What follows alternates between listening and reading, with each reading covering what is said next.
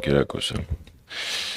ակնկալում էի, թե այդպես կձևակերպեք, բայց խնդիր չկա։ Խնդրում եմ հաշվի առնել, որ պատասխանը մի քանի հարթության մեջ անհրաժեշտ դիտարկել։ Հարթություն համար 1. 3 ամիս առաջ կատարված հարցումի բուն կատարվել է ավելի վաղ, բայց 3 ամիս առաջ հրապարակված արդյունքը դեռևս վերջնական չի։ Երկրորդ, ես կպատասխանեմ դեր հարցին միան հանգստացեք։ Երկրորդ, ես չունեմ բացատրություն, թե ինչի ԱՌԱ-ը չի հրապարակել հանրապետականի կամ պատիվ ունեմի արդյունքները, չգիտեմ, չեմ խոսել հետները, առավոտյան եմ նայել հարցումը, բայց սրանից դուք ունեք իրավունք կասկածով մոտենալ իմ պատասխանին, բայց իրականում այդ վարկանիշը ինձ իրապես չի հետաքրքրում։ 3 չէ առաջի օրվա իմ ասուլիսը եւ գործադիրի հայտարարությունը կարծում եմ հենց դրա մասին էր, որ մեզ հետաքրքրում է մենակ մի բան՝ Նիկոլ Փաշինյանին իշխանությունից հեռացնելը։ Եկեք իրար հետ մտածենք, պարոն Կիրակոսյան, եթե Հայաստանի առջև առկա են ահռելի վտանգներ անվտանգային, վտանգված է Մեղրին, Բաքվում քննարկում են Հայաստանի Հանրապետության տարածքով, սուվերեն տարածքով անցնող ճանապարհի կիլոմետրաժով լայնքը առանց Հայաստանի։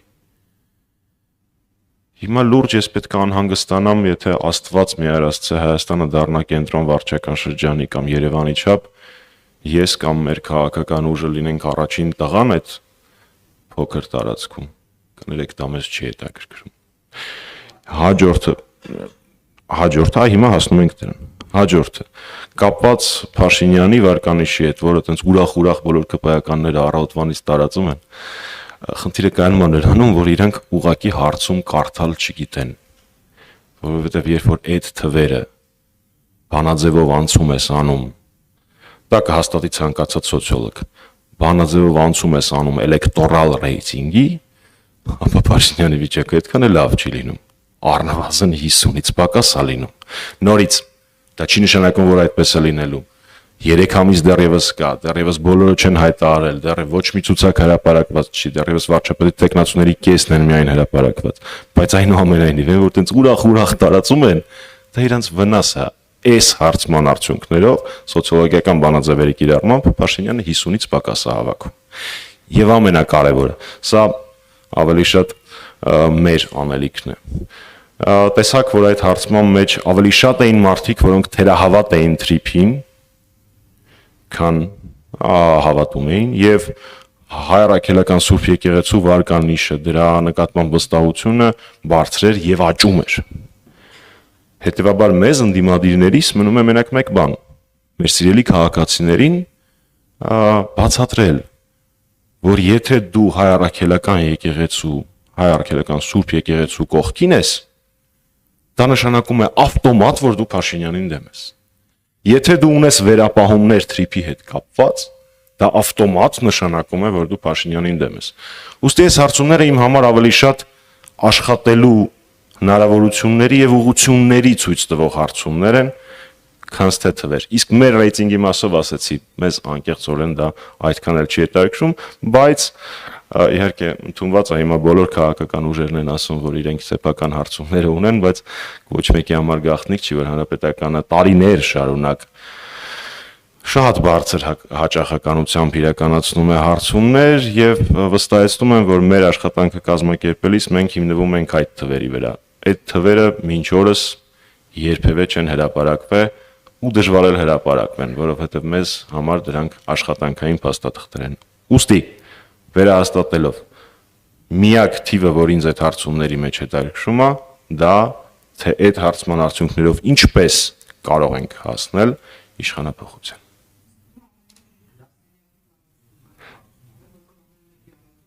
Չնայած ձեր հարցը չէր լսվել, որտեղ միկրոֆոնը չեք միացրել, դուք կասկած էիք ասում, որ ամեն մեկը իր գրասենյակի տարածքում անում այդ հարցումը։ Հանրապետականի դեպքը դա չի։ Հանրապետականի իրականացրած հարցումները իրենց ներառականությամբ, ընտրանքի ծավալով եւ պրոֆեսիոնալիզմով առնվազն չեն զիջում հրապարակված ոչ մի հարցման, եթե չասեմ ավելին են հաշվի առնելով դրանց պարբերականությունը եւ այն պրոֆեսիոնալներին, որոնք դրանով զբաղվում են։ Հանրային երկրորդ հեռուստաընկերություն։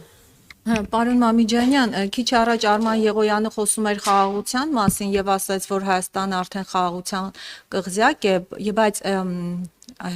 Իլհամ Ալիևը երեք անվտանգության խորհրդի նիստում բառացի ասել է, որ հայերի գլուխը ջարդել են երկաթե բռունցքով, արդյոք սա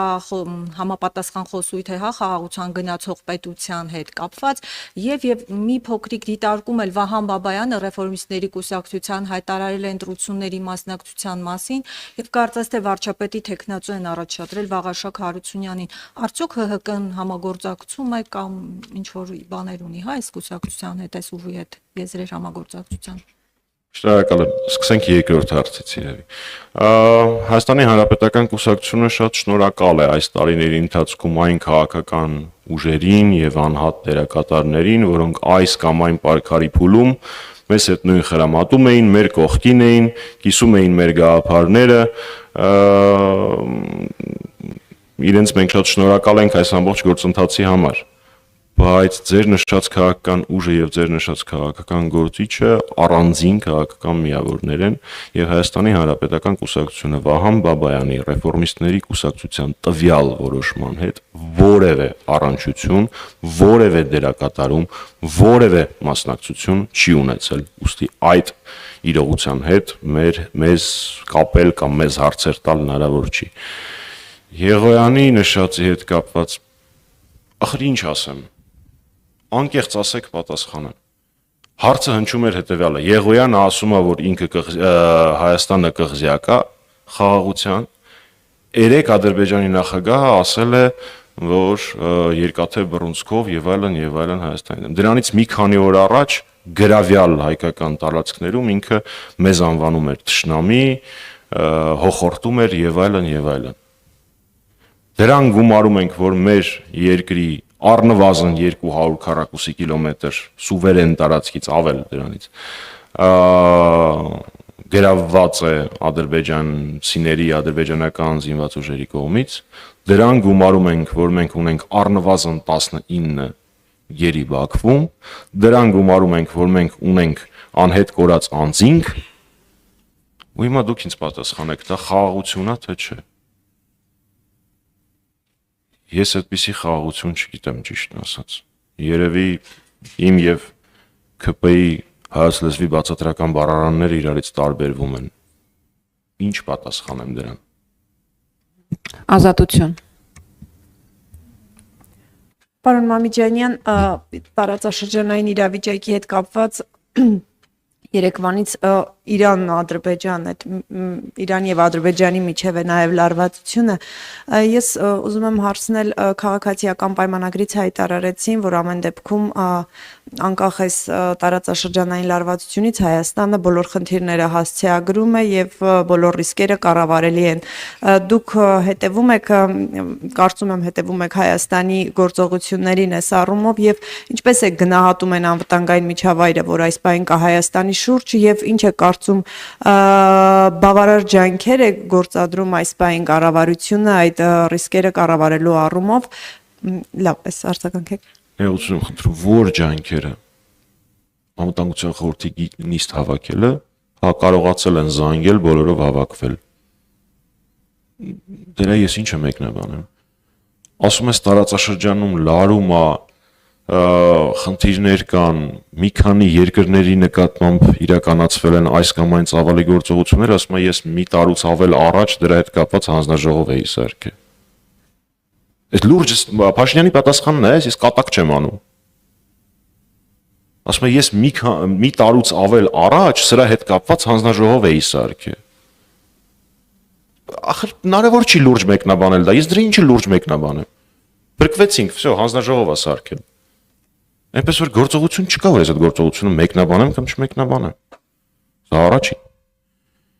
Երկրորդ, ես ոնց կարող եմ հիմնվել ԿՊ-ի ասացի վրա։ Ես ուզում եմ հիշեցնել, որ 44 օրյա պատերազմից մի քանի ամիս առաջ Լիլիթ Մակունսը, որն այն ժամանակ իշխող ֆրակցիայի ղեկավարն էր, հետո էլ Ամերիկայում դեսպանն էր, երաշխիքներ էր տալի, որ Թուրքիան չի ներգրավվելու Հայաստանի դեմ ռազմական գործողությունների։ Ես դրա ինչ մեկնաբանեմ։ Հա, որ սխալ դուրս գան այս ամեն ինչը, ինչպես սովորաբար, սխալ չէ, սուտ։ Հետո ասելու է լայնացավ իմ մտահորիզոնը։ Ուղղակի խնդիրը կայանում է նրանում, որ ինչքան Փաշինյանի մտահորիզոնը լայնանում է, այնքան Հայաստանը նեղանում է։ Այդ մեծ խնդրեմը կա։ Ուստի ես չեմ կարող մեկնաբանել այն փաստը, որ իրանք կարողացել են անվտանգության նիստ հավաքել Դիլիջանի եւ Էջմիածնի իրանք կուսակցական գործողումների արանքում եւ հիմա տեղի ունեցող ամբողջ աշխարհին մտահոգեցնող գործողությունների հետ կապված գեոպոլիտիկ ռահվիրա Նիկոլ Փաշինյանը մի տարուց ավել առաջ հանձնաժողով էր բաց։ Ինչը սրես մեկնաբանը։ Ինչ են արել, որ մի հատ մեկնաբանը։ Երբ որ կտեսնեմ թե կոնկրետ ինչ են արել, այդ ժամանակ կարողանամ մեկնաբանել։ Այս պահին այն փաստը, որ անվտանգության խորհրդում ինչ որ մարդ կարողանում է հեռախոսից օգտվել եւ կազմակերպել 10 հոգու հավաք, ես դա մեկնաբանել չեմ կարող։ Պարոն Մամիջանյան, այդ դեպքում ըստ ձեզ ինչ պետք է արվեր, որ չի արվում։ Այդ արդեն շատ ավելի հետաքրքիր հարց է։ Ես ուզում եմ մի օրինակ բերել։ 2008 թվականին, երբ որ սկսվեցին ռազմական գործողություններ Ռուսաստանի եւ Վրաստանի միջև, այդ ժամանակ օլիմպիական խաղերի բացումն էր, եւ նախագահ Սարգսյանը Հայաստանում չէր։ Արտերկրից նախագահ Սարգսյանը կապ հաստատեց այն ժամանակվա Իրանի նախագահ Ահմադինեջադի հետ եւ որոշակի ծավալով, շատ մեծ ծավալով ստրատեգիական ապրանքների պաշար խնդրեց։ Մեջը մտնում էր, եթե չեմ սխալվում, դիզել վառելիք, ցորեն եւ եթե չեմ սխալվում, բենզինային վառելիք, բայց դա կարևոր չէ, թվերը հրապարակած կան։ Իմիջիայլոց ես չգիտեմ այդ ռեզերվի հետ ինչա տեղի ունեցել, համենայնիվս մենք թողել ենք այդ ռեզերվը, չգիտեմ հիմա ինչ է կատարվել դրա հետ։ Վառ օրինակ թե ինչպես պետք է վարվել, երբ որ հայ-հայա տարածաշրջանը պայթելու է։ Անհրաժեշտ է իրականացնել որոշակի կանխարգելիչ գործողություններ։ Այլ ոչ թե ուրախ նստել ասել, գիտես ինչ, ես խաղաղություն եմ բերել, մեզ ոչ մի բան չի կպնի։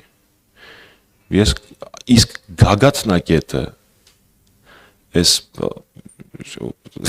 ես երբեք չէի մտածի, որ ինքը սրան կհասնի։ Արժեքառավարություն հարց ու պատասխանի ժամանակ, երբ որ անդադար թիրախավորվում էր իր կարկանդակ ուտելու փաստը, Փաշինյանը ասեց բառացիորեն հետևյալը. տեսակ, մենք կարկանդակ կերանք, Արաբական Միացյալ Էմիրությունների թագաժառանգը, ղեկավարը եւ այլն դա տեսան, դե գիտեք, սաղ օրը Էմիրությունների ղեկավարությունը Փաշինյանի TikTok-ին է հետևում, ուրիշ առանձնապես գործողություններ չի անում, եւ դրանից հետո իրանք գնացին եւ ցուցադրելու համար, որ Դուբայում ամեն ինչ անվտանգ է, մոլի ռեստորանում հաց կերան։ Այդ տենց աշխարհացունց տղա է, ինչի եք թերագնահատում իրան։ Ոչ, Աստված մի հարաստ։ Շնորհակալություն։ Սիվիկեյը։ Շնորհակալություն, պարոն Մամիջանյան, ձեր խոսքում նշեցիք, որ Հանրապետական կուսակցությունը շնորհակալ է բոլորային քաղաքական ուժերի ներկայացուցիչներին, որոնց հետ ինչ որ շրջան գործակցել է։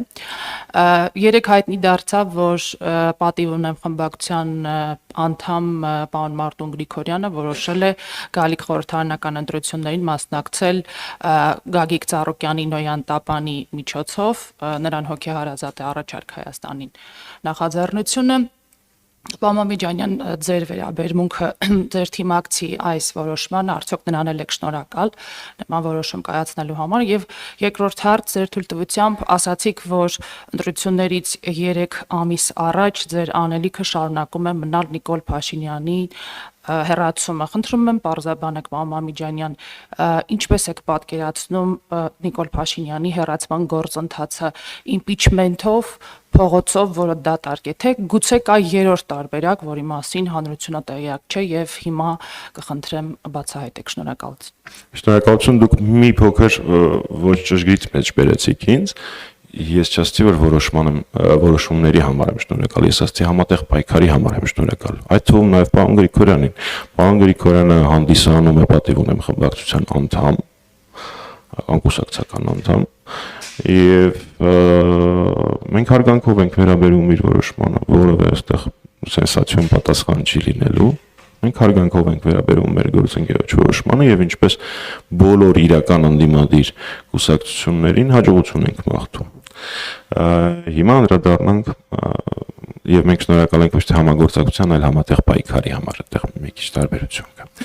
Հիմա անդրադառնանք երկրորդ հարցին։ 2 օր առաջ հանրապետականի գործադիրից հետո տեղի ունեցած ասուլիսի ժամանակ ես ներկայացրել եմ այդ ճանապարհը։ Դուք որակեցիք, որ փողոցը դատարկ է, ես այդքան էլ ձեր հետ չեմ համաձայնվի, որովհետև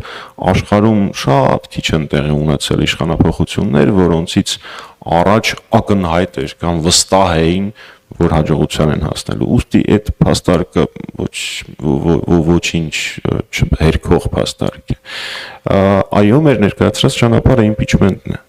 Իմպիչմենտը մեր ընկալումներով հավասարազոր է փողոցային պայքարին։ Եվ մենք բաց առաջարկ ենք արել բոլոր ընդդիմադիր խորհրդարանական եւ արտախորհրդարանական ուժերին համագործակցելու այս առիթով։ Եվս մեկ անգամ վերահաստատեմ, այդ կոնսուլտացիաները անվանեք, բանակցություն անվանեք, ոնց ուզում եք անվանեք, այդ քննարկումներին հանրապետականը նստելու է մեկ օրակարգային կետով, մեկ իշխանապողություն։ Մենք ուրիշ որևէ քննարկման կետ չենք ունենալու։ Եթե այդպես մտածող մարդիկ բացի մեզանից էլի կան, ապա մենք սիրով սպասում ենք իրենց արձագանքին, այդ նորությունը 2 օր առաջ է տեղի ունեցել, կարծում եմ դեռ հնարավորություն կունենանք դրա մասին խոսել։ Ուստի մեր պատկերացրած ճանապարհը իմպիչմենտն է, բայց որպեսզի որոշ հրաշքներ չփորձեն նենգափոխել հանրապետականի ասածը։ Եվս մեկ անգամ մեջ բերեմ, ինչ որ կա Հայաստանի Հանրապետական Կուսակցության գործադիր մարմնի հայտարարության մեջ, որ ընտրությունների վերահսկողությունը եւ մեր քաղաքացիների բարձր մասնակցությունը շատ կարևոր գործոններ են։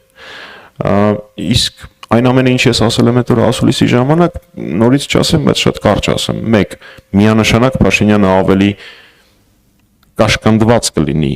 խախտումներ եւ կեղծիքներ իրականացնել, եթե արկա լինի փողոցում մեր քաղաքացիների պահանջատեր դիրքորոշումը, տեսանելիորեն պահանջատեր դիրքորոշումը, որը լրացուցիչ արգելք կլինի, որպեսզի Փաշինյանը իրականացնի այս կամ այն կեղծիքը։ Դա 1 եւ 2. Ընտրություններ եւ իմպիչմենտ գործընթացները իրարամերժ չեն, իրար հետ հակասություն ոչ իրավական, ոչ քաղաքական տեսանկյունից չունեն։ Ուստի այն մարդիկ, ովքեր պլանավորել են արձագանքել հանրապետականին, խնդրում եմ հաշվի առնել այս 2 ասպեկտները եւ իրենց պատասխանները, իրենց արձագանքները կառուցել ըստ դրա։ TV5 Պարոն Մամիջանյան, Նյուզեմ տեղեկություն հրապարակեց, որ Հայաստանում Իրանի դեսպանատունը այսպես իր խողովակներով իշխանություններին այսպես հասկացրել է, որ մենք դժգոհ ենք, այսպես հատկապես Փաշինյանի այսպես արձագանքին, հատկապես Իրանի հոգևոր առաջնորդի մահվանը եւ գիտենք Ալիևը օրինակ գնացել մասնակցել է, ցավակցել է այսպես Իրանի դեսպանատան եւ Արմեն Աշոտյանն էլ էր այս մասին գրառում արել, թե մոտավորապես այսպես ինչու՞մն է զաջերժ կամ որ չի գնում։ Ձեր կարծիքով ինչու է այս պահին իշխանությունը իհարկե այսպես ցավակցություն եւ այլն, բայց ավելի ուղիղ քայլերով այդ աջակցությունը, այդ ցավակցությունը չեն հայտնում։ Շնորհակալ եմ։ Նախ օգտագործելով հնարավորությունը թույլ տվեք միանալ բոլոր ցավակցություններին։ Մեր կուսակցության ներկայացուցիչները Էդուարդ Շարմազանովը, Տիգրան Աբրահամյանը, մեր ֆրակցիայի քարտուղարը եւ երիտասարդական կազմակերպության ղեկավարը Դանիել Անհերիխը նույնպես ցավակցել են մեր բարեկամ եւ հարևան Իրանին։ Իսկ ձեր նշած հարցի հետ կապված սրա պատճառները ավելի խորն են, Սրա պատճառները կայանում են նրանում, որ Նիկոլ Փաշինյանը այն սուվերեն ու կես տղեն, էլի, այն որ ինքնիշխան, միստր ինքնիշխանն է ինքը։ Ինքը մաքսիմում ինչ կարող է որոշել այդ օրվա գործուղման կուսակցական ուղևորության ժամանակ կարկանդակ ուտեն, թե եգիպտացորեն։ Այդ է իր մաքսիմում։ Դրանից ավել որոշումները ինքը պիտի համաձայնեցնի։ Այդ արդեն ինչպես ժամանակին ասել է պարոն Ծառուկյանը այդ մասին հաջորդ դասին։ Ուստի զարմանալի չի, որ չի ցավակցել։ Իհարկե մանավանդ ձեր նշած փաստերը հաշվի առնելով գործողությունները պիտի լրիվ այն լինեին, բայց սրա պատճառները ավելի խորքում է պետք գտնել։ Երբ Հայաստանում է գտնվում Ամերիկայի փոխնախագահ պարոն Վենսը եւ Հայաստանում Բաղրամյան 26-ից հնչած հարցերից մեծամասնությունը վերաբերվում են Իրանին, ու հնչած պատասխանները վստահաբար այդքան էլ գոհացուցիչ կամ ուրախալիչ են մեր հարևան եւ բարեկամ Իրանի համար, կարծում եմ, որ այստեղ թերանում է հենց Փաշինյանն ու իր թիմը։ Դա բարդ չէր նախագահ Տրամփի կամ փոխնախագահ Վենսի ադմինիստրացիային բացատրել են ռիսկերը, որոնք կարող են առաջանալ Երևանից, Հայաստանի մայրաքաղաքից Իրանին հաթաթա տալու պարագայում։ Ես խիստ կասկածում եմ, որ այդ աշխատանքը արվել է, ավելի տեսնում եմ, որ չի արվել։ Այն նմանօրինակ խնդիրների պատճառով վատթարանում են հարաբերություններ թե ստրատեգիական գործընկերների հետ, թե բարեկամ հարևան երկրների հետ։ Իսկ այդ ամենի պատճառը մեկն է, որ Փաշինյանը մաքսիմում ինչ ինքը կարող է որոշել, դա է տորվա TikTok-ը ոնց անել, ինչ երգով եւ ոնց շեղել մեր քաղաքացիների ուշադրությունը։ Կարկանդակով թե եգիպտացորելով։ Շնորհակալ եմ։